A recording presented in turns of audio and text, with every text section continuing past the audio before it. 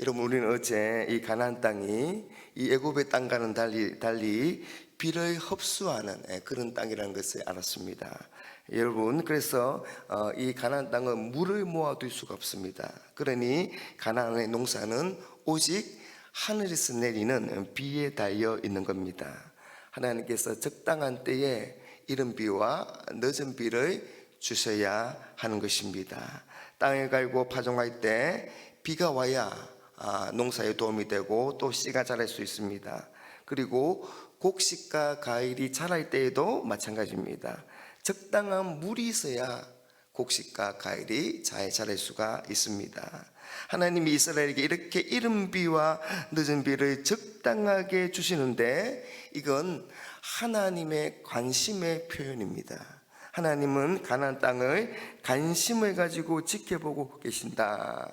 우리 앞에 12절에 말씀해 보니까 내 하나님이 여호와께서 돌보아 주시는 땅이라.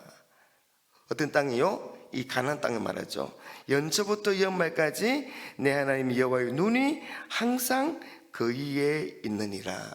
이렇게 하나님께서 늘 관심을 두고 보시는 땅이 가나안 땅이라는 겁니다. 그래서 만일 이스라엘이 하나님을 떠나서 다른 신을 섬기게 되면 하나님은 비를 내려주시지 않을 겁니다.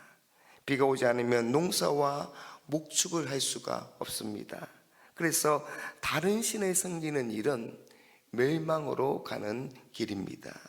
여러분, 이스라엘이 가나안 땅에서 잘 사는 길은 하나님께 달려 있습니다. 하나님의 말씀을 지키느냐에 달려 있는 겁니다. 그러니 여러분, 그들의 삶을 하나님의 권위 아래 두어야 하는 것입니다.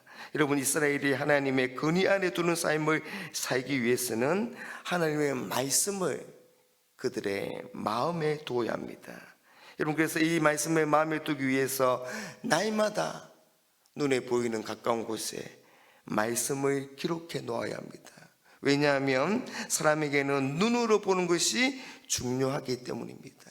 눈으로 보고 생각하기 때문입니다. 그래서 오늘 말씀 18절 이하에 보면 이러므로 너희는 나의 이 말을 너희의 마음과 뜻에 두고 또 그것을 너희의 손목에 메어 기호를 삼고 너희 미간에 붙여 표를 삼으며 또 그것을 너희의 자녀에게 가르치며 집에 앉아 있을 때든지 길을 갈 때든지 누워 있을 때든지 일어날 때든지 이 말씀을 강론하고 또 내 집 문설주와 바깥문에 기록하라. 여러분, 하나님 말씀을 손목에도 메고 미간에도 붙이고 또 집 문설주와 바깥문에 기록하는 것은 그만큼 하나님의 말씀을 가까이 하라는 것입니다. 그래서 눈앞에 항상 하나님의 말씀이 보이도록 하라는 것입니다. 그래서 하나님의 말씀을 가까이 두어서 그 말씀을 늘 생각하고 보라는 것입니다. 그리고 자녀에게 앉아있을 때든지 길을 갈 때든지 누워있을 때든지 일어날 때든지 이 말씀을 강론하라는 것은 자녀들에게 그 하나님의 말씀을 부지런히 가르치라는 그런 뜻입니다. 여러분, 부모는 자녀에게 가장 소중한 것을 가르쳐 주려고 합니다. 그렇지 않습니까? 그러니 하나님의 말씀이 가장 소중하다는 것입니다. 그래서 그것을 기억하고 그렇게 가르쳐야 된다. 뿐만 아니라 말씀을 가르치면서 말씀을 더 깊이 깨닫고 철저하게 순종도 할 수 있는 겁니다. 여러분, 이건 철저하게 하나님 말씀 중심으로 우리의 삶을 살라는 것입니다. 하나님 말씀을 계속 가르치고 기록하라는 것입니다.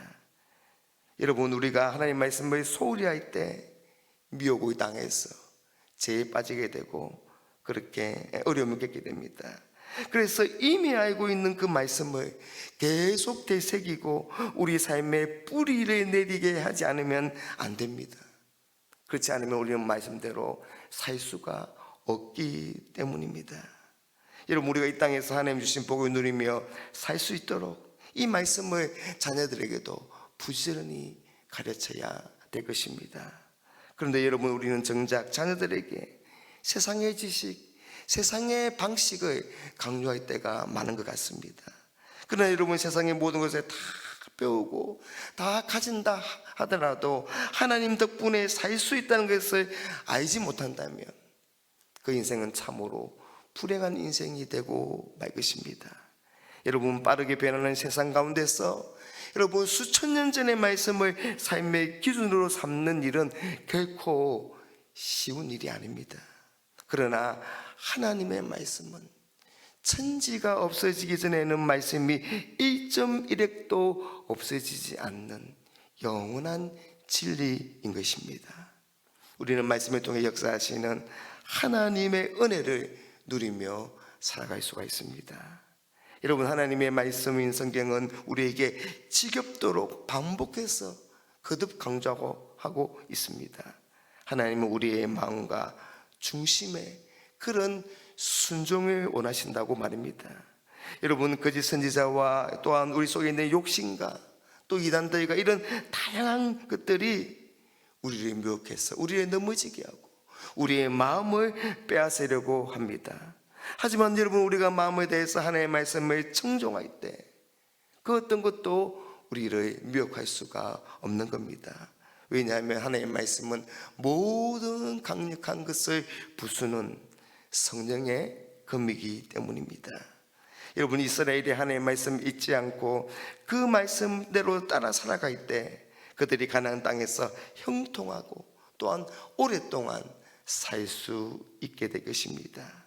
여러분, 하나님이 우리 발 앞에 복과 저주를 주셨습니다.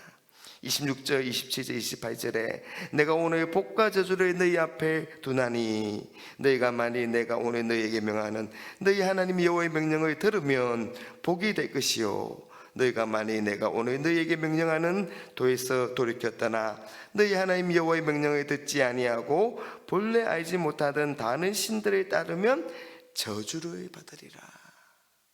여러분, 하나님 오늘 우리에게 선택하라 그렇게 말씀하고 계십니다. 여러분, 이건 하나님이 일방적으로 주시는 은혜와는 다릅니다. 우리가 하나님의 말씀에 어떻게 반응하느냐에 따라서 복과 저주가 결정된다는 겁니다. 여러분, 우리가 무엇을 선택해야 되겠습니까?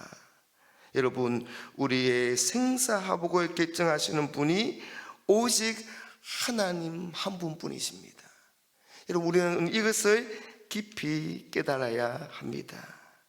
여러분, 하나님께서 왜 이렇게 지겹도록 반복해서 교훈하고 경고하고 명령하고 훈계하고 당부하고 권고하시면서 하나님의 말씀에 순종하라, 청종하라 그렇게 말씀을 하시는 것일까요?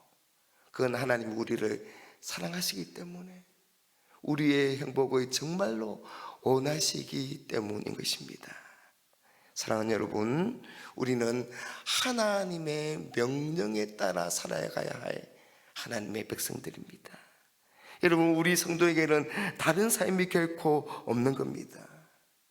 사랑하는 여러분, 하나님의 말씀의 길을 걸어가므로 하나님의 신실한 백성이 될 뿐만 아니라 하나님이 말씀대로 우리에게 복과 놀라운 은혜와 놀라운 풍성한 것들을 우리에게 주시는 것들을 우리의 삶으로 경험하며 살아가는 그런 저와 여러분 다 될 수 있기를 주님의 이름으로 축복합니다.